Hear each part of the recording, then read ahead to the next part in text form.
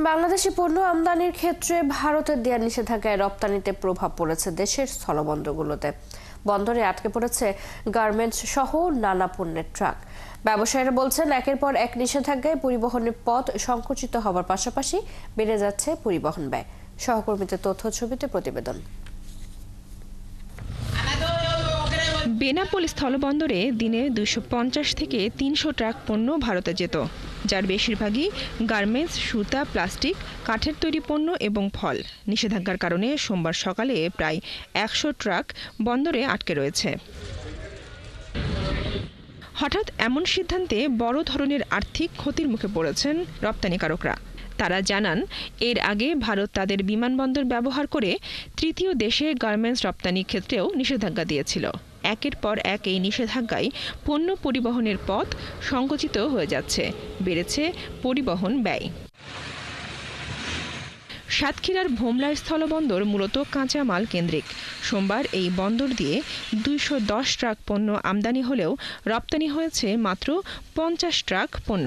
বাংলাদেশ থেকে যেটা রপ্তানি হচ্ছে, এই রপ্তানিটা ব্যাহত হচ্ছে। এই জন্য কি হচ্ছে, আমাদের ইয়েটা ঘাটতি হচ্ছে, আমাদের বাণিজ্য ঘাটতিটা আমাদের বেড়ে যাচ্ছে। দেড়শো গাড়ি করে পেঁয়াজ ঢুকছে, হলুদ, মরিচ বিভিন্নটা ঢুকছে। সেই অনুযায়ী সেই তুলনামূলক এখন মালমাটি কম ঢুকছে। বর্তমান পরিস্থিতিতে যারা ছোট বা মাঝারি ব্যবসায়ী আছে সবাই ক্ষতিগ্রস্ত এবং বেকার জীবন যাপন করতেছে। লালমনিরহাটের বুড়িমারি বন্দরেও আটকা পড়েছে বিভিন্ন কোম্পানির জুস সহ ফল নিয়ে আসা 50টি ট্রাক। বন্দরের C&F এজেন্ট সভাপতি ফারুক হোসেন জানিয়েছেন, দ্রুত সমস্যার সমাধান না হলে ক্ষতিগ্রস্ত হবে ব্যবসায়ীরা। সাধারণত চাঁপাইনবাবগঞ্জের সোনা মসজিদ স্থলবন্দর দিয়ে গার্মেন্টস, জুট পণ্য, কিছু ফাস্টফুড পণ্য ও তুলা জাতীয় পণ্য রপ্তানি হয়। নিষিদ্ধের তালিকায় থাকায় এই বন্দর দিয়ে গার্মেন্টস পণ্য যায়নি, তবে আমদানি স্বাভাবিক রয়েছে। আখাউড়া স্থলবন্দর দিয়ে ভোজ্য তেল ও হিমায়িত মাছ রপ্তানি চালু রয়েছে। সোমবার সকাল পর্যন্ত 7 ট্রাক ভোজ্য তেল এবং 6 ট্রাক হিমায়িত মাছ ভারতে রপ্তানি হয়। মাছ রপ্তানি করে বাকি পণ্যগুলা বিধিনিষেধের আওতায় যেগুলো ছিল সবগুলোই আমাদের এই পোর্ট দিয়ে যাইতো। আমরা এই রপ্তানি থেকে এখন বঞ্চিত হচ্ছি।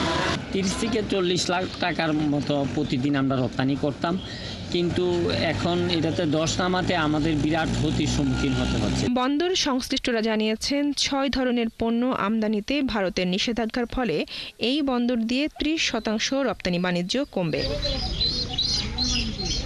বনশ্রী হালদার, 71। এ নিয়ে আরো খবর জানাতে আমাদের সাথে যুক্ত হচ্ছেন সহকর্মী মুসলিম উদ্দিন পাপ্পু। পাপ্পু, রপ্তানি পরিস্থিতি কেমন দেখছেন এখন, এবং ব্যবসায়ীরা তাদের এই দুর্ভোগ নিয়ে কি বলছেন? আপনি যেমনটি বলছিলেন, 2 দিন পার হলেও কোনো সমাধান না হয় বিপাকে পড়েছে রপ্তানি। 3 দিন না হওয়ার সমাধান বিপাকে পড়েছে রপ্তানি ট্রাক চালকরা। রপ্তানির দাবিতে যে সমস্ত পণ্য রপ্তানির জন্য আইজিএম করা আছে সেগুলি ভারতের প্রবেশের ব্যবস্থা করা হোক। এসব পণ্যবাহী ট্রাক যদি ভারতে প্রবেশের অনুমতি না দেওয়া হয়, তবে ঢাকায় ফেরত যাওয়া ছাড়া কোনো উপায় থাকবে না। এর ফলে ট্রাক ভাড়া, ড্যামারেজ বাবদ, রপ্তানি ইত্যাদি অতিরিক্ত এবং অর্থ গুনতে হবে। আপনাকে একটু পিছে আমি দেখাই যে 37টি যে গাড়িটি, 36টি গাড়ি একের পর এক নিষেধাজ্ঞা পণ্য পরিবহন ব্যয় করেছে, বড় ধরনের বিপর্যয়ের মুখে পড়েছে এবং রপ্তানি বাণিজ্যের অর্থনৈতিক ক্ষতির মুখে পড়েছে 2 দেশের ব্যবসায়ী। নিষেধাজ্ঞা প্রত্যাহারের বাণিজ্যিক স্বাভাবিক দাবি জানিয়েছে।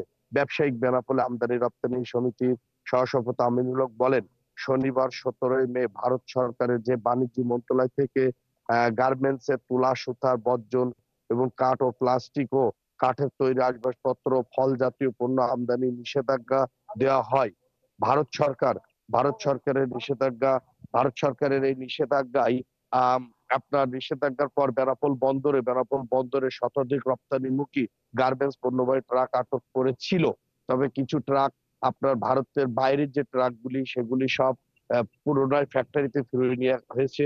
আর এখন বর্তমানে গোডাউনের যে ট্রাকগুলি আছে সেগুলি এই অবস্থায় এখনো পর্যন্ত আছে, যেহেতু আইজিএম কমপ্লিট হয়ে গেছে, সেটাও এখনো পর্যন্ত ভারতের গাড়িগুলো দিচ্ছে না।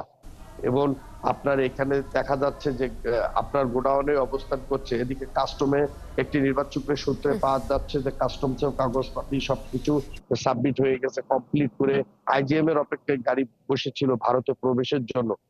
এই কারণে আপনার দেখা যাচ্ছে তারা বাইরেও যেতে পারছে না, ভিতরেও যেতে পারছে না, মধ্যস্থ অবস্থায় গোডাউনে গাড়িগুলা বসে আছে এবং মানব জীবন আজকে 3 দিন ধরে ড্রাইভার হেল্পারদের এখানে এইভাবে খুব কষ্টের ভোগান্তি করছে। তাদের দেখা যাচ্ছে, আপনি পিছনে দেখেছেন।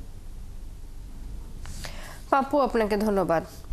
বাংলাদেশি পণ্য আমদানি ক্ষেত্রে ভারতের দেয়া নিষেধাজ্ঞায় রপ্তানিতে প্রভাব পড়েছে দেশের স্থলবন্দরগুলোতে, সে খবর জানাচ্ছিলেন আমাদের সহকর্মী।